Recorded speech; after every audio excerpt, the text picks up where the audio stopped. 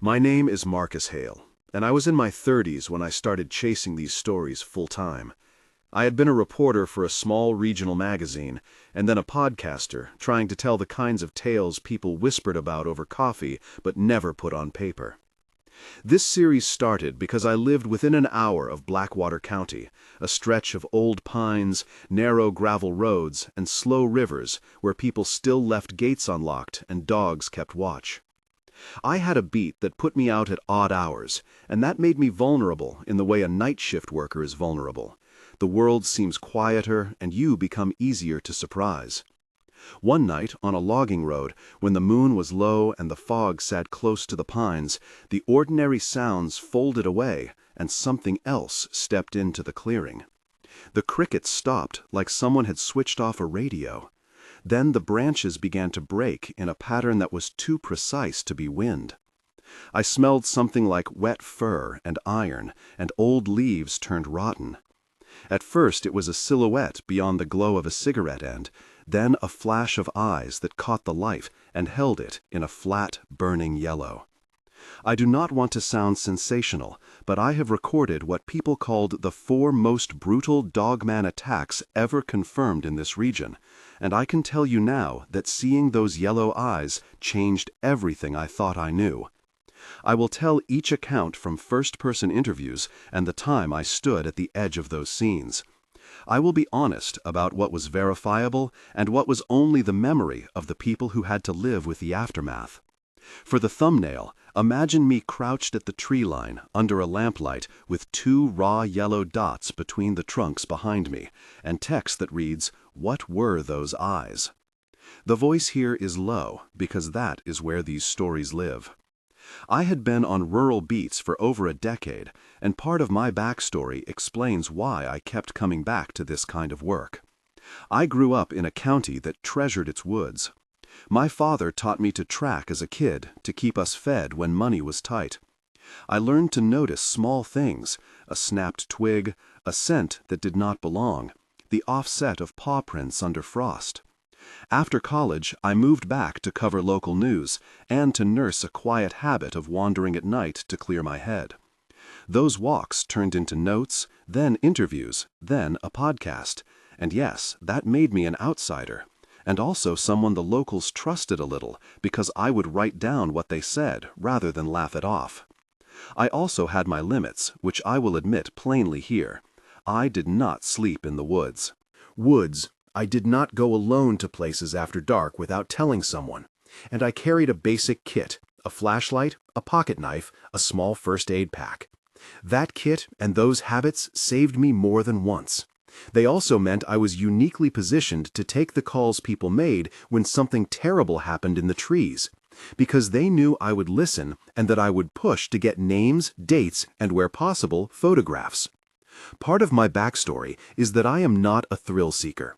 I am someone who kept notebooks and who believed that small patterns lead to truth. That is what got me involved with 4 cases that came to be called the most brutal attacks on record in this area.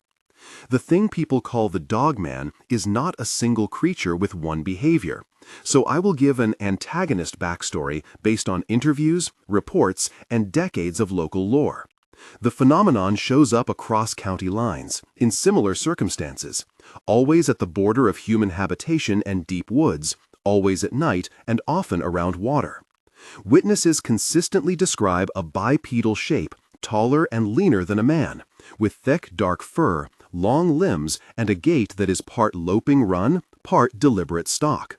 It breathes low and hoarse, like someone drawing air through cloth, and it seems to hunt with an intelligence that studies movement and light. The physical descriptions vary, but the pattern of sudden approach, the focus on a single target, and the preference for isolated places repeats. Some reports go back generations. Older residents told stories to their grandchildren about a shadow that watched the cattle at dusk. Those older stories have become layered with each telling, but they also carry a kernel of consistency. The yellow reflecting eyes, the sound of claws against bark, the way the creature tilts its head as if listening for a heartbeat. My reporting had to account for exaggeration, memory failure, and myth-making, so I recorded carefully and compared notes with scientific observers, wildlife officers, and people who had been in the forest for most of their lives. From the start, I used the term dogman as a shorthand, locals used, not because I wanted to define it biologically, but because that is the image people reached for. I will be straight about motive. We do not know what drives these attacks. Whether this is an animal adapting to human encroachment, a previously unknown predator, or something less easily categorized. The accounts I present are limited to what witnesses described, what medical reports recorded, and what personnel on scene reported to me under the record. I do not claim final answers, only to tell what happened to the people who found themselves in those moments. The first attack I will describe happened on a late October night along Bear Creek Road outside a small settlement called Henley Ridge. The primary witness was Tom Harlow, a 45-year-old hunter who had worked the land since he was a teenager. Tom was there with his grandson Dylan Reed, who was 16 and on his first solo hunt. On the night they were attacked, the wind was bitter. The air smelled like broken pine needles and an old diesel exhaust, and there was a thin frost dropping from the grasses. They had parked the pickup under the shelter of an old oak and walked to a stand above a clearing. Tom had told me later that he trusted the spot. It was where he and his brother had taken deer for 20 years. They carried a shotgun and a small lantern, and some of the following is from my recording of Tom and Dylan sitting in Tom's kitchen 2 nights after the event. The lantern's light painted the grass orange, and the trees were black teeth around them. I will show the dialogue as it happened between Tom, Dylan, and me because the way people spoke to each other matters. Tom said, "Are you sure you saw it, Dylan?" Dylan answered, "I saw the eyes, Grandpa. I swear, they were like fire." I asked, "What happened after you saw the eyes?" Tom said, "I heard a crack like someone breaking saplings. Then it stepped like it had weight." Dylan said, "It wasn't like a deer. It stood up on 2 legs and then looked straight at me." I asked, "And then? Did you shoot?" Tom said, "I fired once, and it took the round and kept coming." Dylan said, "I dropped my pack and ran, and then I turned and it was right there, like it had been waiting." I asked, "Did it make a sound?" Tom said, "It growled, but not like any animal I've heard. It was low and it rattled my ribs." Dylan said, "It smelled bad, like something dead and swampy. I had to breathe through my shirt." I asked, "Where did you run?" Tom said, "Back to the truck. We drove screaming the whole way, and it followed us to the edge of the road, and then it stopped and looked at us before melting into the timber." Dylan said, "I still wake up and hear that growl and the sound of branches snapping." In that scene, the dialogue has the cadence of quick, breathless memories, and together they create a clear picture of the panic and the choices. The sensory details there were 5 distinct things to register: the cold bite on the lips, the diesel and pine smell, the bright orange of the lantern against dark trees, the metallic scent that Dylan noted, and the tactile memory of the pack slipping from his shoulder. Tom had scrape marks across his forearm and boot prints that suggested a heavy bipedal gait not matching a deer. The shotgun shells were lodged into the ground, and metal fragments were collected by the deputy on scene. Deputy Maria Vega and Sheriff Nolan both came within an hour, and I listened as they compared notes with Tom at the truck. Maria said, "It looked like someone took big, heavy steps and dug into the leaf litter, like toes." And Nolan replied, "We need a camera at first light and maybe trail cameras along the tree line." There was a technical scene at the roadside that night where law enforcement processed the area, and I will summarize their procedure because it mattered to the chain of evidence and to how the case was later written up. The deputies logged the scene, photographed the path of approach using scale markers, collected 2 shotgun casings, and took detailed impressions of a set of tracks. They measured stride width and claw impressions and left the site sealed until forensic wildlife technicians could examine the soil samples. It was methodical, and the record exists in the sheriff's office files. The second attack took place along the banks of the South Fork River near a picnic area people call Miller Bend. June Carter, a 62-year-old retired teacher, was walking her dog Rufus at dusk when the encounter happened. I recorded June in her living room, and her voice still trembled when she used the word it. I will reproduce part of our exchange because her description is important to understand how the creature navigates water edges and small human presences. June said, "I heard the dog start whining like he smelled something bad." I asked, "What did you see first?" June said, "The reflection at first, then the head lifting like an otter, but bigger. Then the shoulders came up, and it stood like a man in the shallows." I asked, "How big did it look?" June said, "Taller than me, maybe 7 feet tall, and all wet like it had been in the current." I asked, "Did it approach?" June said, "It came slowly, like testing me with its feet. Then it made that sound, a throat thing, like a low cough, and Rufus went quiet." I asked, "What did you do?" June said, "I put myself between Rufus and it. I remember shouting and waving my arms, and it watched, like someone curious, not hungry. Then it slammed through the shallows and pushed at the bank." I asked, "Did that hurt, Rufus?" June said, "The dog was scratched up. He limped, but he's alive. I grabbed him and ran to the car, and it stood watching until we left." I asked, "Did it ever show its face?" June said, "Part of its face was like a dog, and part of it looked human, and the eyes were bright yellow and nothing like I'd seen in any animal picture." I asked, "Did the water smell different?" June said, "Yes, like iron and old stones, like a place fish go to die." I asked, "Did anyone else see it?" June said, "A couple fishing upstream came running after us, and they saw the splashes, and they never went back." That way, sensory descriptions for this scene include the wet glare off the river, the sticky smell of iron and rot, the sound of Rufus whining, the slick cold of river water on skin, and the rough texture of the creature's fur when June later showed a torn piece in evidence.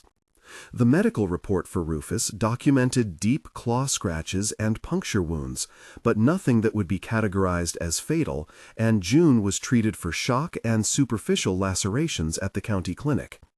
About 3 weeks later, a third attack happened on a stretch of Route 14 near the old stone bridge outside Clements Hollow. This event involved a couple RV travelers named Leah Morris and Sam Ortiz who were sleeping in their parked van when a crashing at the roadside woke them. I drove out to the bridge at dawn because the locals had posted flyers and a few of the teenagers from town were daring each other to walk under the span. Leah was an emergency medical technician for a living, and Sam was a park ranger, which means their accounts carried an observational bluntness that I rely on in interviews. They had an immediate exchange with me in their cramped RV living room that revealed how the creature interacts with human structures. Leah said, "We heard something like metal smashing, then a thud on the roof." Sam said, "I grabbed a flashlight and a baseball bat, and I opened the sliding door because I thought maybe some kids were doing it." Leah said, "The light hit eyes glowing just above the guardrail. Then it moved, and it was enormous and hunched, and it smelled like damp trash and something else." Sam said, "It hit the back of the van with its shoulder and dented the metal. Then it walked around and left these wide drag marks on the pavement." Leah said, "I called 911. Sam said, "I ran after it, but it ran into the trees in a way that a man would run, but a dog would also be smooth, like it was part of both." I asked, "Did you see its face?"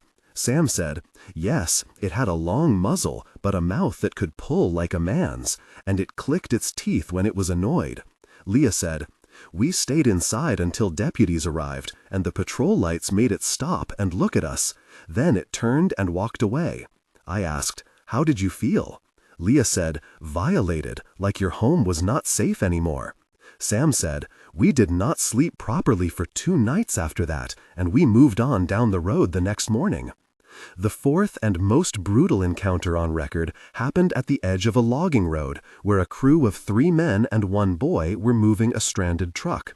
The men included Miguel Santos, a contractor in his 50s, T.J. Barrett, his foreman, and Ben Carter, a young man who had recently returned from a hunting trip. The boy was Dylan again, the hunter who had survived the first attack.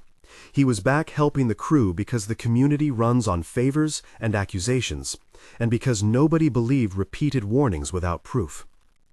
I interviewed Miguel at the diner the morning after the attack, and I recorded the following extended exchange between Miguel, TJ, Dylan, Ben, and me, because the way the crew coordinated their actions and panicked matters to reconstructing the event. Miguel said, "The truck was stuck in mud and we had rope and a winch, and that is when the noise started." TJ said, "Something slammed into the back like a fist and a wheel came off from the impact." Ben said, "I saw a shadow move and it was big and quick, and it was behind the trees 1 second and at the truck the next." Dylan said, "It came right at us and there was no warning, it just dove in like it wanted us to notice it." I asked, "Did anyone fire?" Miguel said, "TJ fired a couple of shots into the ground to scare it, and it just laughed. In a way it sounded like a chuckle. Then it came at us and grabbed the tailgate." TJ said, "I yelled, 'Run,' and we scattered, but Dylan tripped and this thing grabbed him and slammed him against the bumper." Ben said, "It had hands like myths with long black nails, and it smelled like something burned and wet." Dylan said, "I thought I was done. I felt claws along my ribs, and then Miguel hit it over the head with the crowbar, and it let go." Miguel said, "I hit it, then Ben started lighting things to try to make a big fire, and the light made it hesitate, and then it bolted, like a man running on all fours into the trees." TJ said, "We dragged Dylan to the truck and drove screaming to the highway lights, and a woman on the road called 911, and Sheriff Nolan's crew came with Deputy Vega and an ambulance." I asked, "Were you hurt?" Dylan said, "I had deep bruises and puncture wounds, and I still wake at night with the smell of its breath in my face." This scene was the most violent, but I will be careful to avoid graphic detail. The injuries were serious, deep lacerations and broken ribs documented in the hospital record, and Dylan spent 3 nights under observation. The EMT Leah Morris described stabilizing him and helping with pain control, and the sheriff arranged for a patrol near the logging road for several nights after. There were multiple moments in the reporting that reached a tense peak, and I want to give 3 of them weight with 2 to 3 paragraphs each, because they are central to how the community reacted and how I learned to measure risk. The first tension moment was when Dylan was taken to the hospital and the forensic team arrived at the logging road. The air smelled of blood and engine oil, and the sound of cicadas had become a sharp scratch in the ears. We could all hear the town arriving, lights and murmurs as people peeked from cars. The deputies formed a perimeter, and they argued quietly about whether to call in wildlife services or a state trooper. They used flares to mark the place, and someone set a tarp around the area where the truck had been. The tracks were visible now, a series of heavy imprints with long toe marks embedded in the soft earth. The forensic tech crouched there and traced the claw marks with gloved fingers, like reading a tide line of violence. It felt like watching someone reading a song of danger. That scene left the town on edge, and it was the moment people decided to sleep with lights on and leave their dogs inside. The sheriff put a night watch in, and for 2 weeks the logging road had a blink of patrol lights at odd hours. A second tension moment arrived a week later when trail camera footage from an orchard near Bear Creek was shown at the county hall. A local farmer named Alan Price had set cameras after Tom's call, and the grainy night footage caught a shape moving past with a gait that did not fit the deer or coyote frames. The footage showed a tall figure, the fur catching the moonlight, and then it stopped within 10 feet of the camera and turned its head as if looking directly at the lens, then lifted a muzzle toward the plastic, and the sound the room made when that looped image played was sharp, like a chair tipping. People leaned forward, and then some left the room muttering. The footage was not clean, it was grainy, and it could be faked, but when I matched it with witness statements, with footprints, with the damage pattern, it became another tile in the mosaic. It raised the stakes because now farmers and hunters had visual evidence, and the rumor mill turned to fear.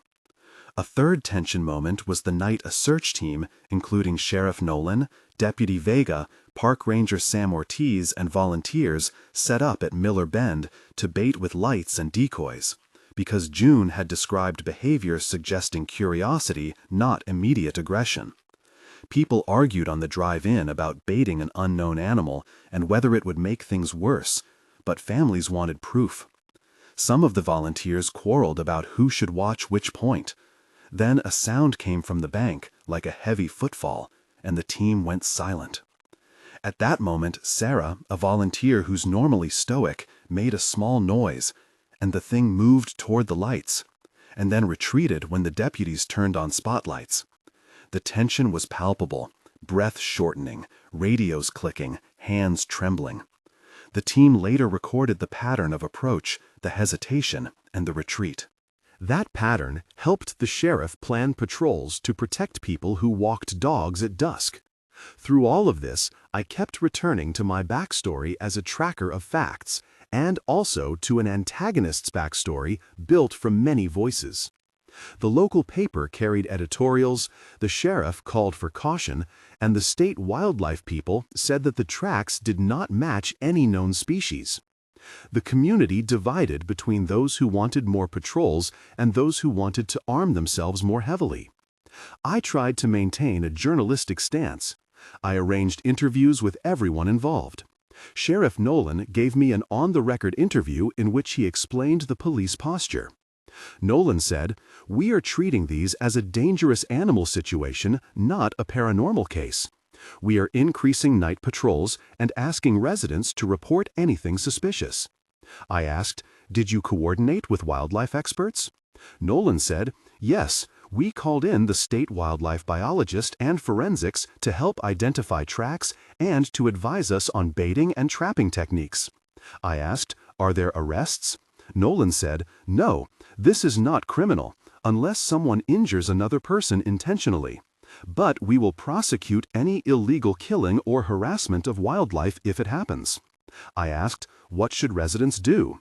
Nolan said, "Keep lights on, secure pets, and avoid isolated trails at night." The procedure Nolan described followed a typical incident response, with logs, chain of custody for physical evidence, and coordination with biological experts. But it also carried the strain of dealing with a phenomenon that did not sit neatly in known categories. There were also rebuttals and skeptics who insisted the animals were misidentified bears, wolves, or escaped exotic pets.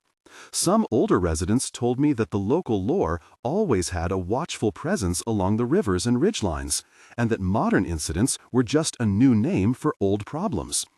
I interviewed 5 named secondary characters, who each added a layer to the story. Alan Price, the farmer, who posted trail camera stills; June Carter, the teacher and dog owner; Tom Harlow, the hunter; Dylan Reed, the teenage survivor; Deputy Maria Vega, who processed scenes; Leah Morris, the EMT; and Sam Ortiz, the park ranger. Each provided evidence and perspective in different ways. Alan sent me pictures of the orchard prints. June preserved a piece of fur in a jar. Tom brought the shell casings. Dylan provided medical records. Maria filed the police reports. Leah gave me a written statement about stabilizing victims, and Sam provided notes about the behavior he observed around water. The community reaction was predictable and slow. The diner talk turned into a rota of worry, people installed motion lights, and some put up surveillance cameras outside barns. The county council debated funding for extra patrols, and Sheriff Nolan applied for emergency equipment and trail cameras with night vision. Forensics teams examined soil samples, and the wildlife biologist described the claw marks as unusual, not matching bears or known canids. The debate about the origin of the creature grew louder in pubs, online, and at school pickup lines. At one point, a local group led by Pastor Mark Ellis wanted to organize a hunt, and some men in town discussed going armed into the woods, which alarmed the sheriff and the wildlife office and spurred me to write an editorial urging calm and methodical observation. It did not stop some people from taking guns into the woods, but it did coax the sheriff to increase presence, which likely prevented further attacks on people who were not prepared.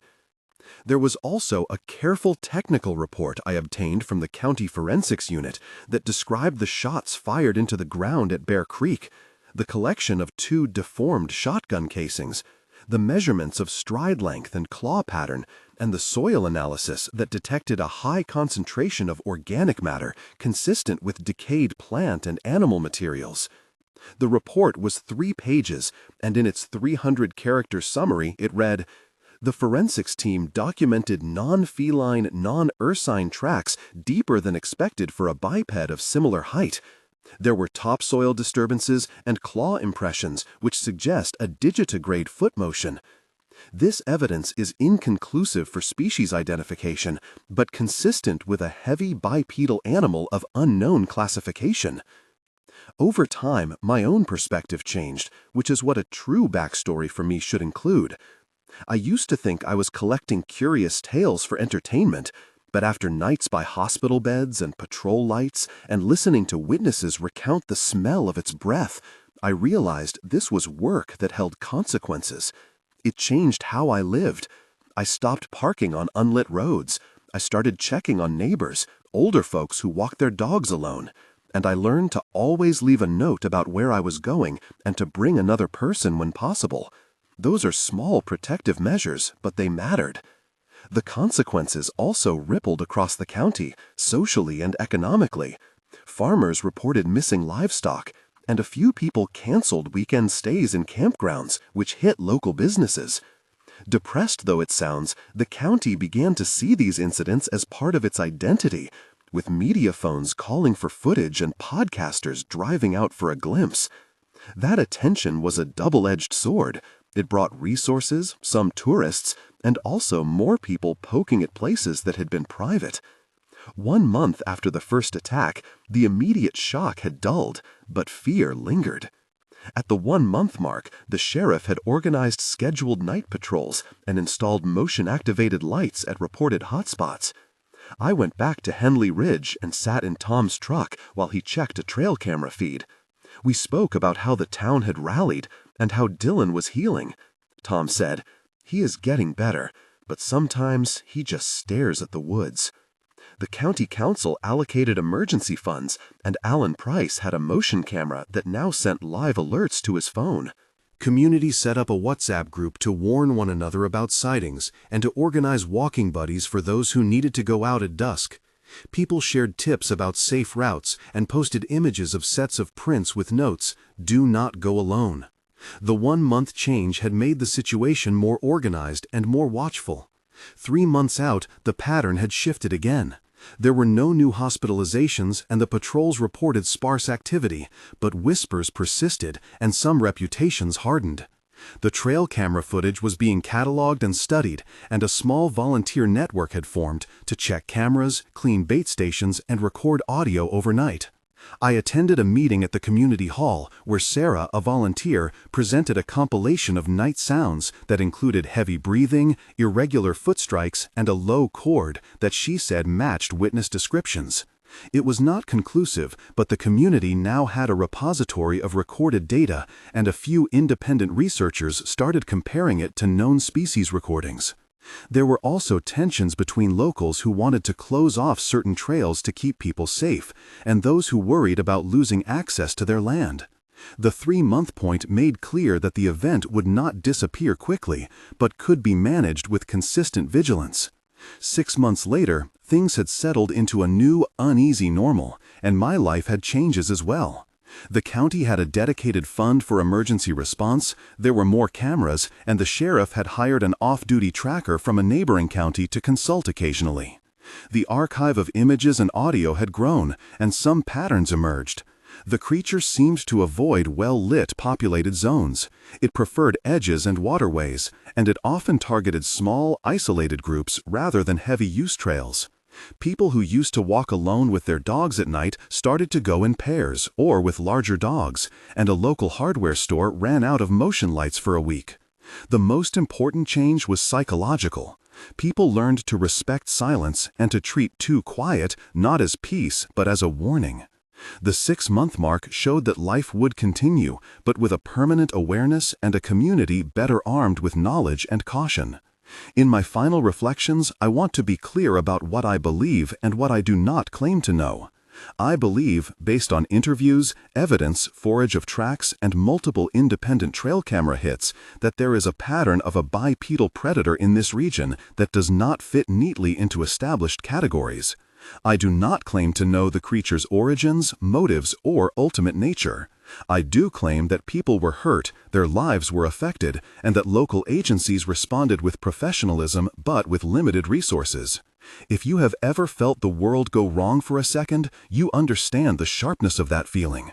When the crickets stop, when the air changes, When eyes reflect in a light, you will know what we mean. If you have a story and you want to share, please start your comment with "I saw" and tell the county or town and what you saw in 2 or 3 lines. We read everything, and sometimes patterns only become visible when more than one person remembers the same odd detail. If this story moved you and you want more carefully reported accounts with evidence, interviews, and recorded material, subscribe to the channel and keep these conversations honest and respectful. We are building a community that tries to listen without ridicule and to gather data without panic. And when possible, we hand what we find to authorities to help them protect people. If you want to be part of that community, hit subscribe and help us collect more pieces to understand what is happening out here. I will end with the facts that remain clear and the memory that will not leave me. The 4 attacks I detailed are not isolated tales of hysteria. They are part of a string of incidents that produced physical evidence, hospital records, witness statements, and police reports. The county remains watchful, and so do I. My sleeping habits changed. I avoid unlit roads at night, and I always have a partner when I go into the field. I am more careful with the people I interview, checking that they are safe and not left alone to make sense of trauma. The experience taught me that some things prefer the margins, and that margins are where humans are most exposed. Remember, this is not an invitation to fear, but a plea for attention. When the woods go quiet, do not assume it is peace. Pay attention and keep each other safe. If you have seen something, start your comment with "I saw" and tell us where. Our community is stronger when it listens and shares. The eyes in the dark are real, for those who met them and for those who will meet them in the future. And for those of us who listen, there is only one responsible answer. Keep your lights on and go with someone. The night is full of things that do not want to be noticed, and we are lucky when we walk away with stories to tell.